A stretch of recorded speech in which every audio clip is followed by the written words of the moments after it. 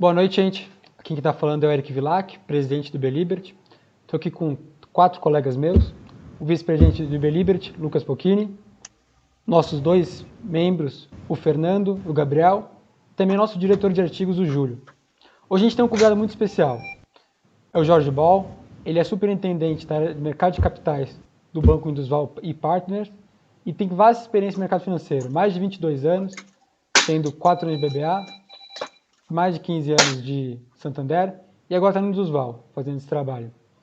Uma coisa também interessante de mencionar, ele fez mestrado no nosso querido BMEC, então, mais uma felicidade para a gente, uma feliz coincidência. Então, eu quero antes só fazer uma pequena linha de breve acontecimento de 2020.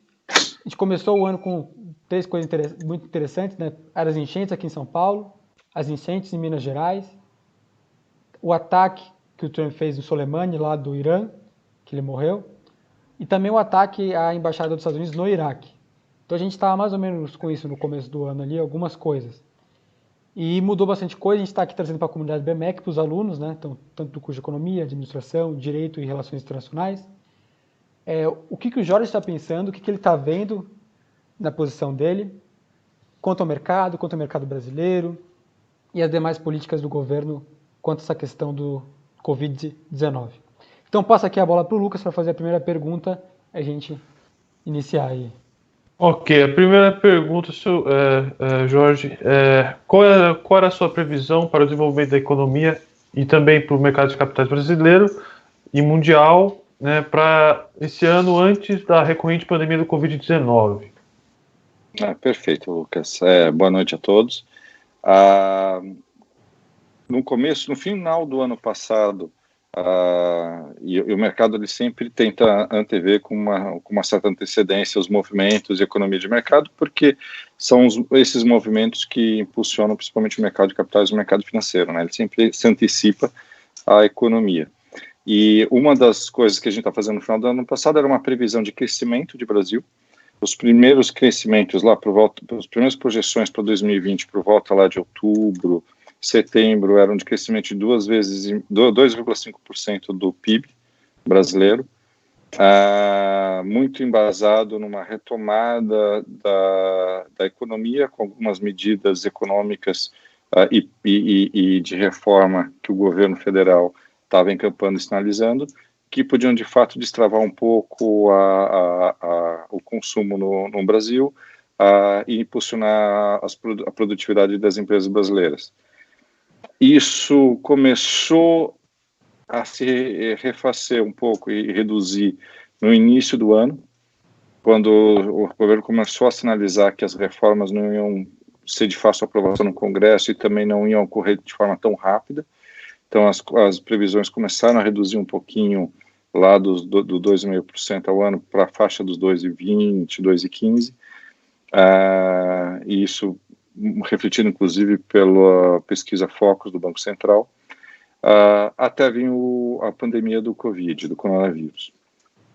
A pandemia do coronavírus, que pese que na China tenha começado justamente no final do ano passado, começo desse ano, mas a magnitude e a implicação dessa pandemia na economia, ela só, de fato, começou a se fazer presente e sentido final de fevereiro, começo de março, onde o mercado, de fato, conseguiu entender os impactos econômicos que são gerados por essa pandemia, que é basicamente a restrição de mobilidade, de circulação social de boa parte das grandes cidades e países, o que implica, de fato, numa redução muito abrupta de geração de renda em vários países do mundo ao mesmo tempo. Então, isso foi lá para o começo de março, e de lá para cá houve uma reversão brutal do ponto de vista de expectativa de crescimento de Brasil, e alguma coisa que se previa no final do ano passado de crescimento de 2,5% do PIB, agora está mais próximo de uma queda de PIB de 0,5% a 1%, então mais um ano de recessão no Brasil. O mercado de capitais não é indiferente a isso, nada mais é do que a liquidez de investidores aplicando em basicamente dois grandes bolsos, renda fixa e renda variável. Na renda variável, a gente viu no final do ano passado e começo desse ano um movimento muito grande de investidores migrando para a renda variável. Então, um movimento de captação líquida, ou seja, quantidade de dinheiro entre resgate e aplicação em renda variável foi histórico nos últimos meses, chegando a um volume de 20 bilhões de reais de captação líquida só em fevereiro para a renda variável. Renda fixa teve um movimento contrário de redução de captação líquida, justamente para a migração para a renda variável. A gente tem que lembrar que nesse período havia uma curva de redução de taxa de juros no Brasil, impulsionado pela taxa Selic, que apontava para um nível abaixo de 4% já, e uma expectativa de inflação lá entre os seus 4 e pouquinho. Então, o que já implicava ou uma taxa de juros negativa, real, ou uma taxa de juros muito reduzida. Então, já impulsionava uma série de investidores a procurar uma rentabilidade maior em operações de mais risco, como renda variável. De março, no início de março para cá, o índice Bovespa, que é o que mede a boa parte das ações líquidas negociadas na Bolsa, caiu de 120 mil pontos, 120 mil pontos para 60 mil pontos no final da semana passada, agora recuperou um pouquinho por volta dos 70 mil pontos, mas praticamente a metade. Então, isso num período muito curto de tempo. Então, isso que tem dois impactos. Primeiro, um impacto é uma perda de riqueza, claro, então isso reduz necessariamente a liquidez de mercado de capitais, porque os investidores têm menos dinheiro uma vez que o que eles aplicaram nos seus respectivos papéis e títulos e ações reduziram de valor. E um segundo ponto é uma incerteza muito grande com relação ao comportamento da economia. Então, isso também faz com que operações de renda fixa, principalmente fundos multimercados, fundos de renda fixa, sofressem bastante resgates, saques por conta dos investidores, justamente para a gente recompor no preço, e migrando investimentos para investimentos sem risco, como títulos do governo e títulos de banco. Então, para resumir todo esse monte de coisa que eu estou falando, basicamente é uma reversão muito grande de uma expectativa de crescimento do Brasil na faixa dos seus 2,5%, agora para uma redução de 1 a 1,5%, pelo menos, podendo se agravar dependendo do período que dura a crise, e uma perda muito grande do ponto de vista de liquidez no mercado de capitais. Certo. E agora o senhor poderia nos dizer se os últimos circuit breakers que tiveram, né, como o senhor mencionou, né, nessas últimas 2 semanas, com as 2 semanas eu quero dizer a semana antepassada e a passada, né, se elas foram geradas especificamente pelo rápido avanço do coronavírus, ou se existiria uma outra razão para isso? Não, na verdade sim, foram. A gente tem que entender um pouquinho a crise, eu vou explicar a crise econômica derivada da crise do coronavírus de forma macro. O que acontece o vírus propriamente dito, a pandemia, tem 2 características importantes. A primeira ela é extremamente contagiosa, num nível muito rápido, então, de uma forma muito rápida, muitas pessoas se contaminam com o novo vírus e então essa disseminação e a rapidez com que ela faz com que ela se propague por vários países mais ou menos de forma rápida, mais ou menos ao mesmo tempo. Isso é uma coisa. A segunda coisa, ela é pouco letal. Ela de fato, do ponto de vista de comparando com outros vírus do tipo coronavírus, outros problemas de contaminação de pandemia que aconteceram já no passado, ela tem muito menos mortalidade. Claro, muito mais na faixa de 70 anos, 65 anos para cima, mas é muito menos letal. Então, isso faz com que 2 coisas ocorram. Por ser menos letal, ela se espalha mais, para quem lembra da H1N1, e do próprio ebola. O ebola não se espalhou mais porque as pessoas não conseguiam se locomover porque ela era muito letal, e era de mais difícil transmissão. A H1N1 a mesma coisa, ela tinha problemas mais severos e ela tinha muito menos transmissibilidade. Então, do ponto de vista de plano de saúde, que os governos entenderam? Os governos entenderam que, por ela ser tão rápida do ponto de vista de transmissão, mesmo que ela seja menos letal, como grande parte da população vai ser afetada ao mesmo tempo, a quantidade de pessoas que precisam de atendimento no sistema de saúde é muito maior do que a capacidade existente em vários dos países. Não significa que mais gente vai ficar doente porque a doença é letal, mas a percentual de pessoas que vão ficar, mesmo que seja baixo, por tantas pessoas estarem contaminadas, é muito alto. Então, isso implica num problema de capacidade de sistema de saúde, então, um colapso do sistema de saúde, e o que se observou é que nos países em que isso ocorre, há um crescimento muito rápido dessa pandemia, das pessoas contagiadas, há uma quantidade muito grande de gente, percentualmente pequena da população, mas ainda assim em número muito grande, que precisa de atendimento em UTI, atendimento hospitalar e respiração, e ao mesmo tempo, passado por fase de incubação, ela cai muito rapidamente e para de se disseminar. Então, o problema dos governos, entenderam, nenhum governo quer que as pessoas faleçam ou tenham que escolher deixar o seu sistema de saúde entrar em colapso. Então, o que os governos entenderam que eles tinham que diminuir o pico dessa curva de pessoas contaminadas. A única forma de diminuir o pico é evitar a propagação no mesmo ritmo.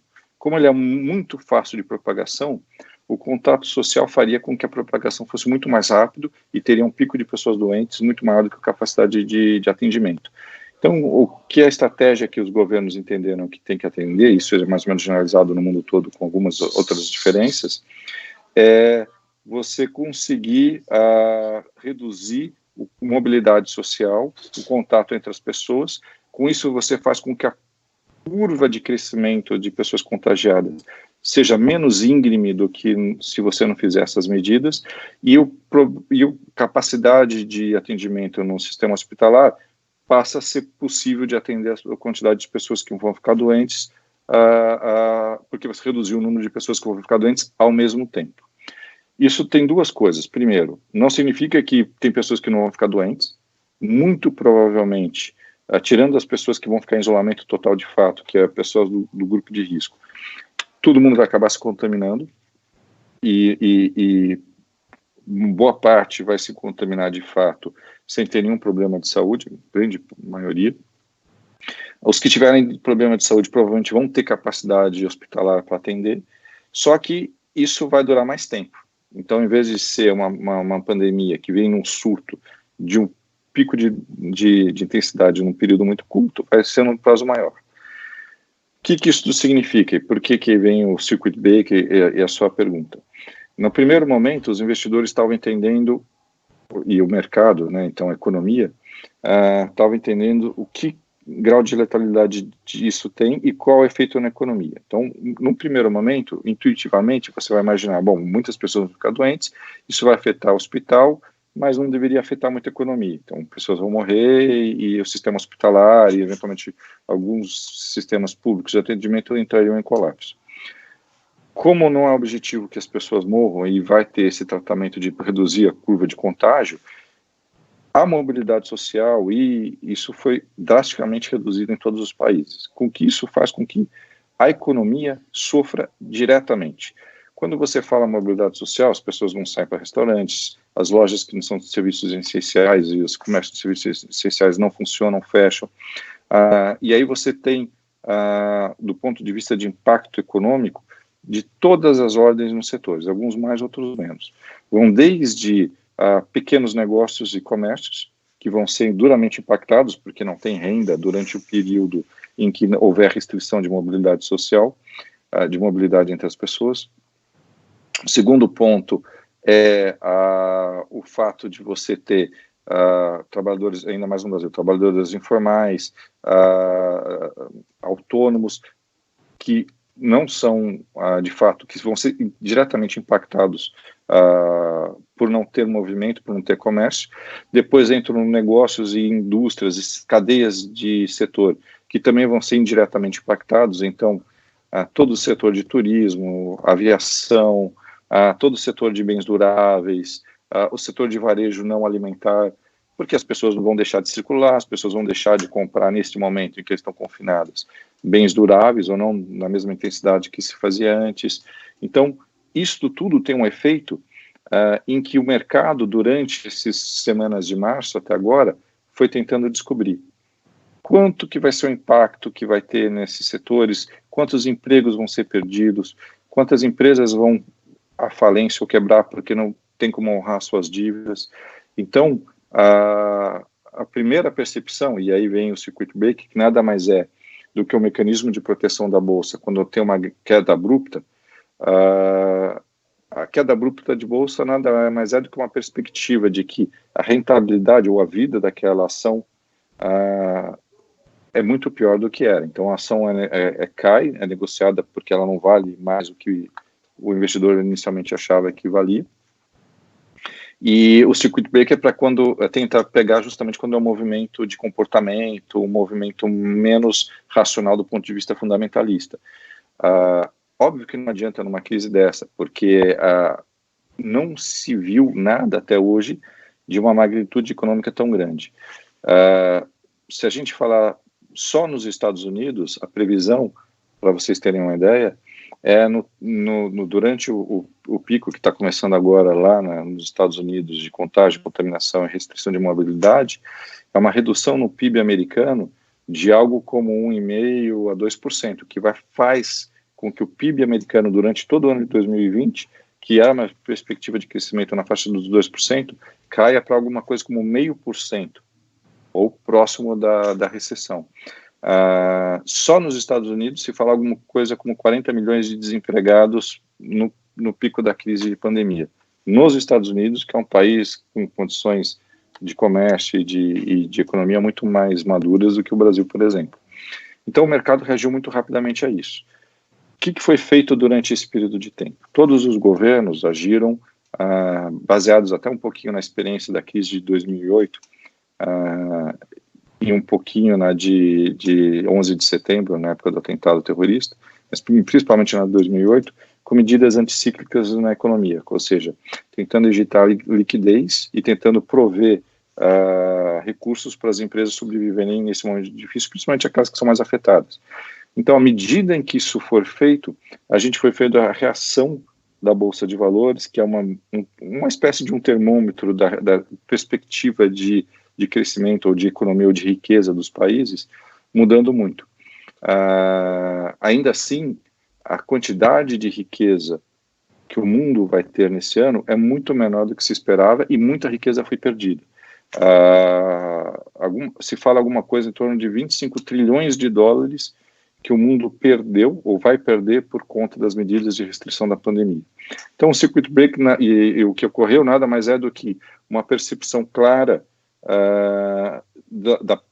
do efeito econômico da restrição de mobilidade das pessoas e as voltas, por exemplo, hoje a Bolsa fechou com quase 9% de alta, Bolsa de São Paulo, e as altas e as subidas nada mais é do que a reação do mercado já impactado por toda a crise econômica que se antevê, as injeções de liquidez que os governos estão pondo e tentando, portanto, imaginando que alguns efeitos anticíclicos vão funcionar ou vão reduzir o tamanho da gravidade da crise. Agora, é uma crise sem precedentes, de fato, no mundo todo. Fernando?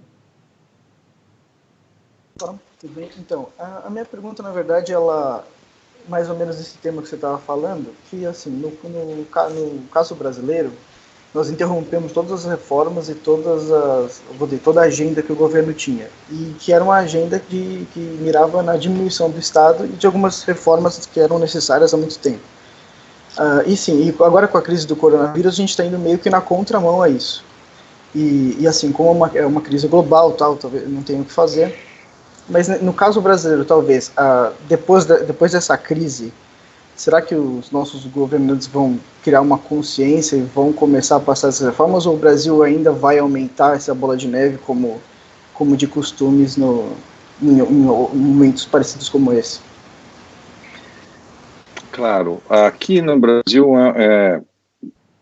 como não bastasse, a gente de fato estava numa situação mais frágil que muitos outros países do mundo. Então a gente estava com, e tem ainda, né, um governo com bastante endividamento, num ambiente de pouco crescimento econômico, capacidade ociosa em vários setores da indústria e pouca produtividade. Então a gente de fato tinha um bocado de caminhos a se fazer, e as reformas são parte desse caminho, tanto a tributária quanto o final do que se fala de reforma econômica e depois até mais para frente olhando o horizonte política, que precisavam ser feitos e precisam ainda ser feitos. Então isso não mudou em relação à necessidade.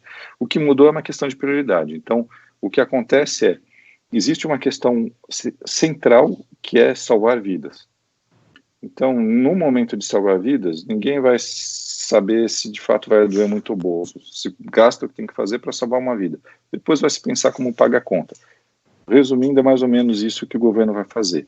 A questão do teto de gastos para o governo, a questão do déficit primário, déficit secundário, isso tudo passa a ser secundário, e não tenha dúvida que as medidas de liquidez e a ajuda, a gente não está falando só para as empresas e de linhas de crédito para os bancos terem capacidade de emprestar para as empresas. A gente está falando do autônomo no Brasil, ou do trabalhador informal que não tem dinheiro para pagar comida, muitas vezes não tem onde morar. De fato, nesta situação, vai ser exigido do governo que se faça ajuda financeira, não tem outra maneira de fazer, dentro da capacidade do governo, que é limitada, e algumas coisas já foram anunciadas pelo governo federal. Isso vai se dividir entre as diversas esferas de governo, federal, estadual e municipal. Então, do ponto de vista de restrição de gasto e equilíbrio fiscal do país, isso foi adiado, inevitavelmente. Então, não tem como se iludir que o governo, durante o ano de 2020, vai conseguir passar por uma situação mais saudável do ponto de vista fiscal. Agora, dito isto, não significa também que, depois do momento mais urgencial de medidas, não se olhe para as medidas mais estruturantes que o Brasil tem que fazer. Hoje mesmo teve um grupo de empresários que fez uma reunião com o presidente da República, pautando uma sugestão de reforma tributária, meio que em linha do que já está apresentando o próprio Congresso e da própria gestão que o Ministério da Economia está fazendo. Então, para resumir a tua pergunta, é bem provável, inclusive, que pós essa crise, dado o tamanho do rombo que o país vai ter, as reformas sejam aprovadas. E se tem algumas coisas mais estruturantes no Brasil, eu não vejo não ter clima para fazer isso, do ponto de vista político e empresarial. Agora, não é isso que vai resolver 2020. Haverá um déficit enorme fiscal do governo por conta da crise, e as reformas não vão ser uma solução de curto prazo. Elas são necessárias e estruturantes para frente, mas o que acontece parecido com aquele jogo que você anda uma casa para frente e duas para trás, necessariamente a gente vai ter que voltar duas para trás para poder depois caminhar o Brasil de novo para o crescimento. E colocando um pouco, Jorge, dessa questão, né, daquela pessoa um pouco mais vulnerável, né? Pegando um setor muito importante para o Brasil, o setor do agronegócio, agricultura, né, agricultura, principalmente agricultura familiar. A gente vê o Industrial ter uma boa carteira da parte de agricultura, do agronegócio, para a questão dos títulos. Duas coisas, né? Primeira coisa, como que vê essa questão? Por exemplo, a gente tem 250 bilhões de linhas de crédito para a agricultura no Brasil, assim, cada vez mais recorde. Parece que o valor da safra de soja é o valor dos bilhões que se coloca, assim, sempre um bom número para a agricultura brasileira. Primeira coisa, então, vê o impacto nesse valor de crédito? Não, um aumento até talvez. E assim, pensando nessa agricultura aí familiar, porque a gente vê muitos traders, assim, muito, por exemplo, player externo, por exemplo, a Costco que entrou há pouco tempo no mercado aqui do brasileiro, e demais players, com essa questão da demanda chinesa, né? Então, assim, essa troca do porco para carne bovina, para uma carne um pouco mais nobre ali que se coloca, e também a questão que a gente vê um dado da China, né? O estoque de porco ali está diminuindo e está tendo que se industrializar o estoque de porco ali. A produção familiar está se acabando ali com a questão do Covid. Então, como que vê essa questão da agricultura tão importante no Brasil? Perfeito. A agricultura ela vai continuar sendo um fator muito importante para a economia brasileira, do ponto de vista de gerar divisas de exportação, de gerar produtividade. É um dos setores que vai sofrer menos o impacto da pandemia, porque as pessoas vão continuar comendo mesmo em reclusão domiciliar. A gente tem visto isso já acontecer do ponto de vista de operações e discussões no próprio banco ou no mercado financeiro em geral com o setor agrícola, mas duas coisas vão ocorrer, não tem como evitar. Uma delas é vai haver um período de redução de liquidez de linhas de crédito para esses investidores, é natural, principalmente por conta de referência de preço dessas commodities. A gente tem que lembrar que são sempre commodities, os produtos agrícolas. Então, tirando aquela parte que é para consumo e alimentação próprio, houve, e mesmo as exportações, mas elas têm dinâmicas diferentes. No consumo doméstico houve, e provavelmente vai haver um pico maior de demanda agora para uma redução futura. Então, as empresas têm que ser preparadas do ponto de vista de liquidez e de caixa para isso. E para a exportação, há fases diferentes. A gente tem que lembrar as exportações agrícolas para o Brasil, do Brasil onde vão. O grande parceiro, bem como você falou, comercial e o grande importador dos produtos agrícolas, um dos grandes importadores dos produtos agrícolas brasileiros é a China. E na China, os sinais que estão dando agora, de fato, é de um arrefecimento da pandemia, da contaminação, e uma maior volta de comércio. Então, o que se tem é os meses de janeiro e fevereiro muito fraco para os exportadores agrícolas e pouca movimentação para aqueles que produzem para a China, incluindo o setor de proteínas, e uma retomada já no mês de março. Então, aqui, quando a crise começou a vir para o Brasil, na verdade, ela já está passando um pouco do pico na China. Se a gente olhar, a China começou alguns pontos a reduzir a restrição de mobilidade e começar uma reativação da economia. Então, para o Brasil isso é bom.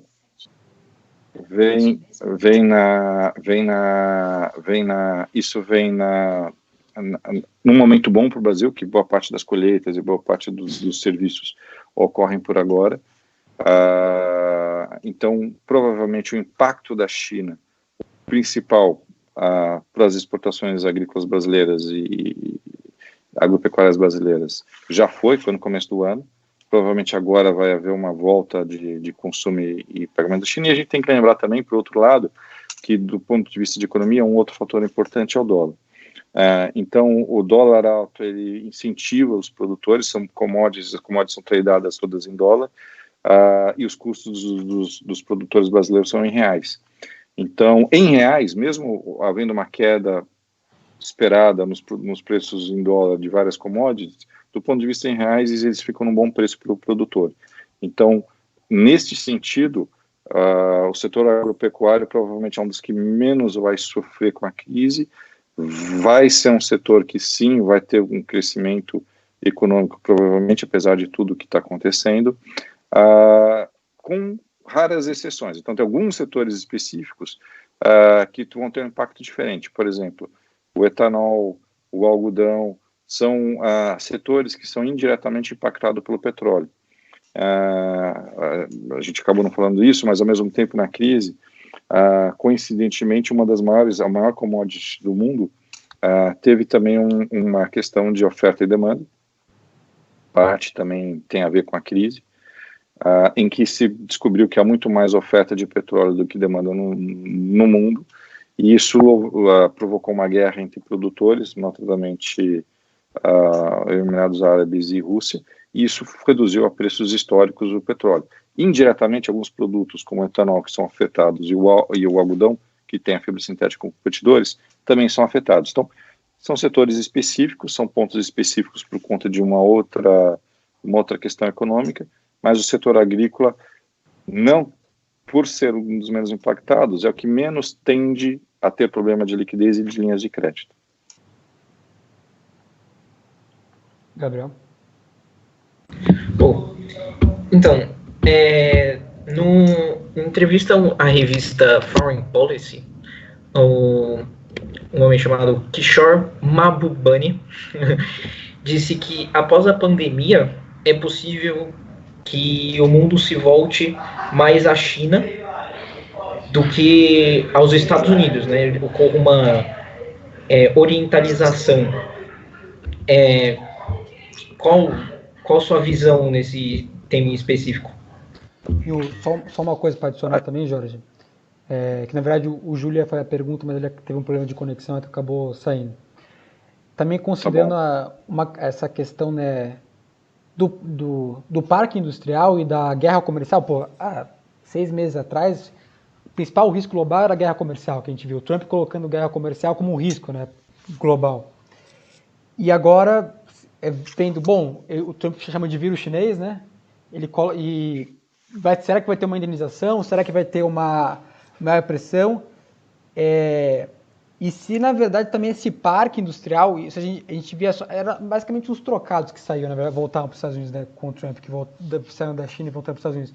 Mas a gente vê um parque industrial crescente nos Estados Unidos, a gente vê a indústria americana não tão boa assim, né, comparada antes em relatórios, tanto na parte de defesa como na parte de manufatura mesmo. Então, considerando mais esse ponto na análise. Bom, perfeito.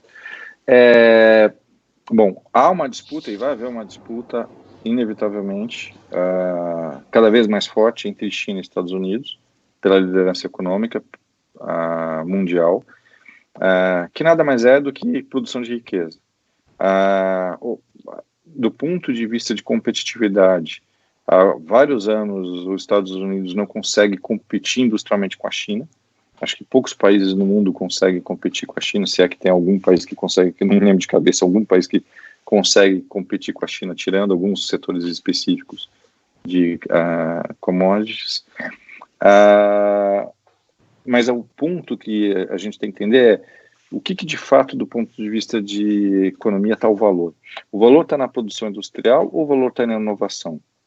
O valor está numa Apple ou o valor está numa Flextronics, que produz produtos eletrônicos para terceiros?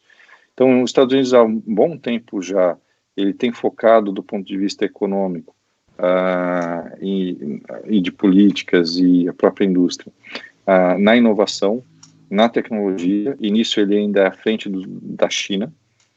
A China, por sua vez, do ponto de vista industrial, é imbatível, e a indústria vai continuar existindo e vai continuar produzindo coisas, só que a riqueza ela vai estar mais onde o valor agregado é maior. Então, claramente vai haver essa disrupção dessas duas coisas e, ao mesmo tempo, um avanço da China na parte de inovação. A gente já vê empresas chinesas extremamente bem avaliadas e com essa visão. A gente tem que lembrar que na China ainda tem uma questão regional muito importante, que é a barreira de língua e o mercado enorme que a China tem interno. Então, muitas coisas chinesas são enormes, são gigantescas, mas são meio que endêmicas, né? Mais focada na China ou no mercado asiático, ainda menos no mundial, diferente dos Estados Unidos. Esse movimento é inevitável, é irreversível. O governo americano e a guerra comercial nada mais é do que movimentos do próprio governo americano tentando proteger suas indústrias ou a sua economia em relação a movimentos futuros. Mas se a gente olhar do ponto de vista de perspectiva, é muito difícil imaginar que a China, no tamanho que tem e na pujança que tem, não vai se transformar numa economia gigantesca. Então, não sei se eu respondi de forma correta, mas a primeira é, quando a gente olha a guerra comercial, a gente tem que olhar em que campo. Não significa que a China tem uma indústria com custo de produção mais baixo e mais avançada que a americana, significa que a China é melhor que os Estados Unidos do ponto de vista econômico. A parte de indústria de inovação, que é onde tem grande valor agregado, ainda está mais concentrada nos Estados Unidos. E o segundo ponto é, se a gente for um movimento mais longo prazo, e ver o que a China fez nos anos recentes e para onde ela está indo, inevitavelmente a China vai se transformar numa economia gigantesca e muito provavelmente passando os Estados Unidos em algum ponto no tempo. Considerando Desculpa, Gabriel. Fala aí. Certo. Uma outra coisa que chega a preocupar, enfim, como a gente viu agora com a pandemia, ela acabou afetando toda a cadeia de produção, né, visto que a cadeia de produção é feita em volta ao redor do globo mesmo. Cada pedaço de um produto é feito ao redor do globo. E é possível que as empresas agora, com receio de uma outra pandemia, ou de uma outra outro limite, né, outra crise, essa exportação, que é exatamente a pandemia, volte a um sistema de produção mais parecido com aquele fordista, que a gente via há muito tempo com grandes estoques e... Por exemplo, considerando até a indústria, por exemplo, de calçados, né, aqui no Brasil, trazendo para cá. Então, assim, como um exemplo. Uhum. Não, a gente tem que pôr um pouquinho em perspectiva isso. A forma e os meios de produção, eles evoluíram com o tempo, e o esquema, a estrutura fordista, a produção verticalizada, para vários setores não faz sentido. E você tem experiências brasileiras recentes que mostraram como isso não funciona. É difícil você imaginar no mundo alguma indústria americana, Apple, por exemplo, que acha que produzir os seus celulares dentro dos Estados Unidos é mais barato do que produzir na China ou mais eficiente do que produzir na China. Isso não é um movimento de curto prazo, um movimento temporário, isso é mais estrutural. A pandemia, o efeito que ela tem é um efeito de restrição de mobilidade e de logística e capacidade de conectividade, mas temporário. Então, as empresas não vão tomar uma decisão de mudar do ponto de vista de estratégia por conta de um efeito temporário como esse. As decisões são muito mais longo prazo, olhando cadeias produtivas, agregação de valor, comportamentos de mercado. O mundo vai na direção da inteligência artificial, da internet das coisas. Então, a resposta do setor produtivo e do mundo tende a continuar a evolução. O que aconteceu durante esse período dessa pandemia específica, há uma desorganização, uma desagregação das coisas, há uma redução de riqueza e de produção de recursos do mundo, mas temporário. Depois isso volta e tudo continua. E agora, indo um pouco para o mercado de capitais brasileiro, considerando ainda a China como um grande investidor aqui no Brasil, né, um grande estoque, embora eles fazem por outra forma, através da Holanda, através dos Países Baixos, né? Considerando assim, o perfil do investidor aqui, do estrangeiro, vendo essa questão do risco global, então eles voltando para os Estados Unidos, o dólar virando como uma medida quase de risco, como afirma um paper do BIS, do Banking of International Settlements, o dólar como essa medida de risco, até essa competição entre as moedas, né, assim, mas aí para o mercado de capitais brasileiro, a gente, por exemplo, um desenho de mercado de capitais americano, a gente vê uma coisa um pouco mais evoluída, assim, a gente vê tanto uma competição de crédito bancário como emissão. Aqui a gente está vendo se evoluindo, a gente conversa 6 meses atrás, a perspectiva, como até foi dito pelo senhor, 6 meses atrás, assim, era muito otimista para o mercado de capitais, para emissões. considerando também a queda da Selic, né, então essa parte de atrativo pela taxa. E tem um outro ponto interessante, caso esquecer algum ponto eu repito, um outro ponto interessante quanto à questão da regulação no mercado brasileiro. Então, CVM 400, CVM 476, está tendo uma discussão, né, de, 400 demora muito, você precisa trazer o capital para essa empresa.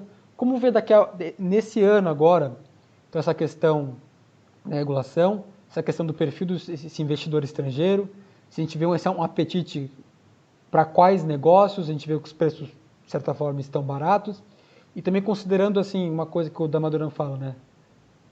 Se a gente ele considerando que se até 2024, no fluxo de caixa, as empresas conseguirem retomar as perdas que elas tiveram esse ano, o valuation fica mais ou menos ali quase na mesma, tem uma diferença ali um pouco baixa, mas não tanto.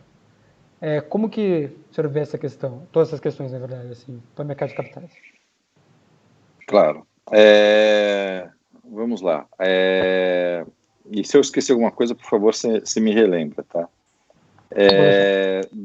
Do ponto de vista de investidor estrangeiro no mercado de capitais, desde o ano passado a gente vê um movimento de muita redução de participação de investidores no mercado de capitais brasileiro, nominadamente em renda variável.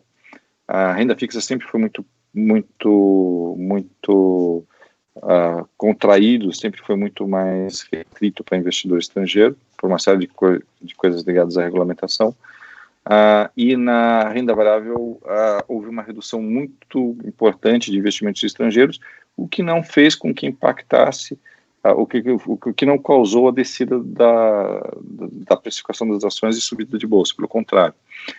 O que houve foi um movimento, uma substituição de investidores estrangeiros por investidores locais. A saída de investidor estrangeiro na época, antes da pandemia, se deu muito em razão das perspectivas de crescimento global em vários países diferentes, a perspectiva de desvalorização cambial e oportunidades com relação à taxa de investimentos em outros países do mundo.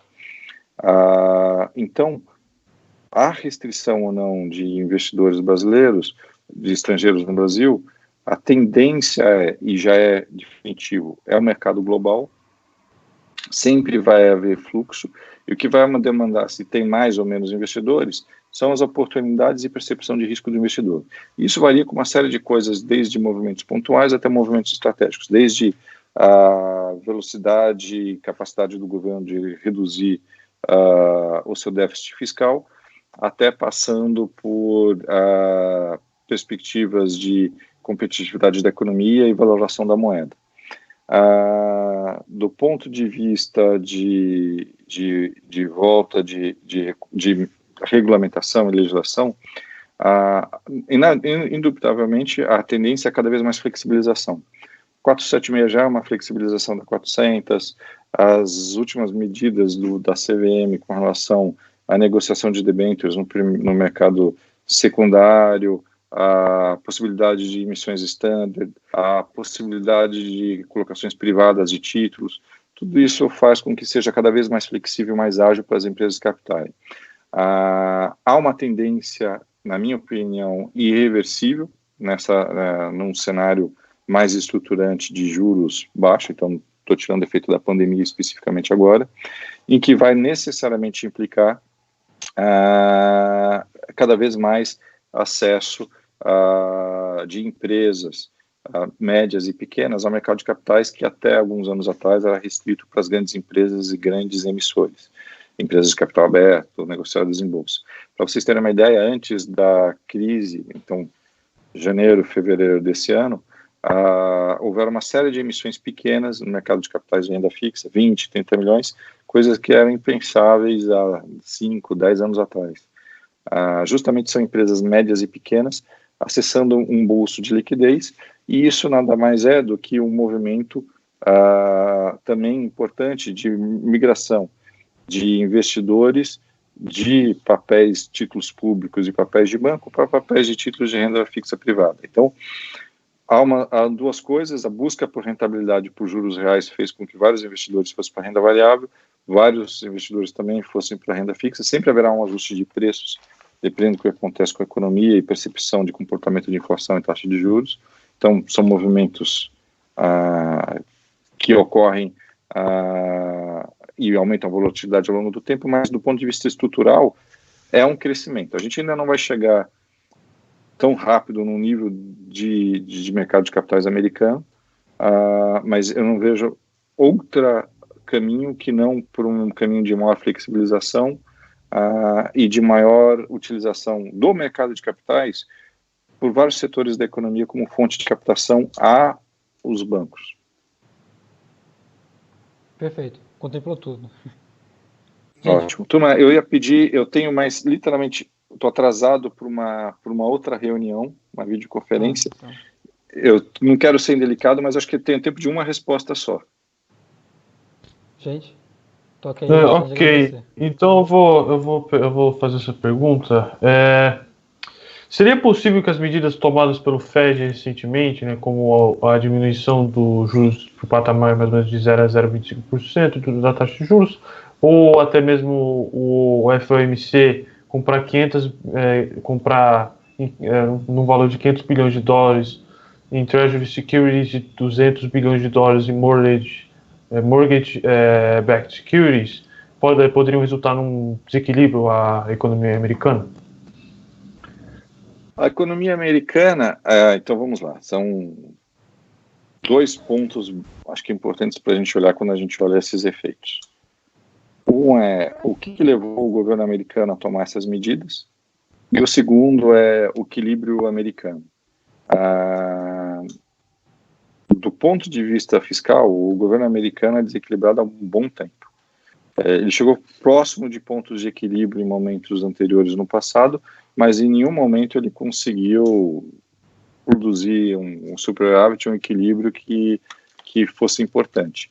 A diferença que tem é que há uma confiabilidade enorme com relação às regras americanas, ao sistema todo de infraestrutura e aos comportamentos do governo americano, que mesmo num período de déficit ou déficits maiores, acarretam numa falta de confiança dos investidores ou de quem tem os recursos no governo americano. Então, em momento nenhum, você viu no passado, por mais desequilíbrio que isso tenha ocorrido, uma corrida de investidores fugindo dos Estados Unidos e indo para outros países ou outros tipos de ativo que não o governo americano. Então, mesmo que você veja déficits trilionários do governo americano, fiscais, você ainda não vê isso afetando a credibilidade por uma série de razões específicas. E provavelmente isso não vai ocorrer por conta dessas medidas. E essas medidas vieram especificamente no momento cíclico, por causa da pandemia. Então, são medidas justamente para tentar reduzir o efeito econômico do shutdown, do lockdown que vai ocorrer na economia por conta da restrição da mobilidade de pessoas nos Estados Unidos. Então, as pessoas estão muito... essas medidas, elas, na verdade, por mais que elas aumentem o desequilíbrio fiscal americano, elas têm um efeito maior em ajudar a economia do que o desequilíbrio fiscal americano. Então, no final, é positivo. Hoje, os Estados Unidos aprovou um pacote de ajuda de 2 trilhões de dólares para a sua economia, e isso fez com que a boa parte das bolsas no mundo subisse significativamente, já visando um efeito de redução dos impactos econômicos nos Estados Unidos por causa dessa ajuda. Isso significa que o governo americano está bem fiscalmente? Claro que não. Esse dinheiro vai custar bastante do ponto de vista fiscal para os Estados Unidos. Mas o impacto na economia mais do que compensa esse efeito fiscal. Então, na hora que a gente olhar essas medidas, a gente tem que, claro, não pode deixar de prestar atenção no equilíbrio fiscal americano, mas entender que, do ponto de vista econômico, muito mais coisa vai ser gerada nos Estados Unidos que compensa esse desequilíbrio fiscal maior. Sérgio, muito obrigado, viu, assim, gratíssimo mesmo, uma explanação muito, muito boa, a gente brinca com muito dinheiro mesmo, então, assim, Obrigado, assim, a gente agradece muito. Os alunos vão ficar super felizes quando virem. Então a gente não quer mais atrasar. E boa noite e uma boa reunião aí, uma boa videoconferência. Legal, turma. Muito obrigado. Vocês têm estão vivendo um momento extremamente diferente. Eu costumo brincar que, principalmente em bancos, teve uma geração enorme que começou a trabalhar em bancos ou no sistema financeiro em geral, no condado lá da Faria Lima, em que tudo era subida de preços, todo mundo ganhava sempre cada vez mais recursos na economia. E não viveram a crise que já aconteceram em anos passados. Na crise é que você, de fato, aprende muito. E são lições que vão se levar para sempre. Então, a oportunidade que vocês têm, do ponto de vista acadêmico, de entender esta crise, de entender as soluções que diversos países estão fazendo, aquilo que é mais eficiente, o que é menos eficiente, as lições que vocês vão tirar disso são fundamentais. Não é à toa que a gente olha os países que melhor estão fazendo as medidas econômicas e a contenção de crise, são aqueles que estão olhando para as crises passadas com as suas experiências e aplicando justamente em cima disso com as adaptações necessárias. Então, se cuidem, mantenham a restrição de mobilidade, porque ela é importante, principalmente para as pessoas que estão no grupo de risco, mas não deixem de acompanhar e de ler muito sobre o que está acontecendo, porque são lições para a vida toda. Perfeito. Obrigado, viu, Jorge? Obrigado, turma. Tchau, tchau. Tchau, boa noite.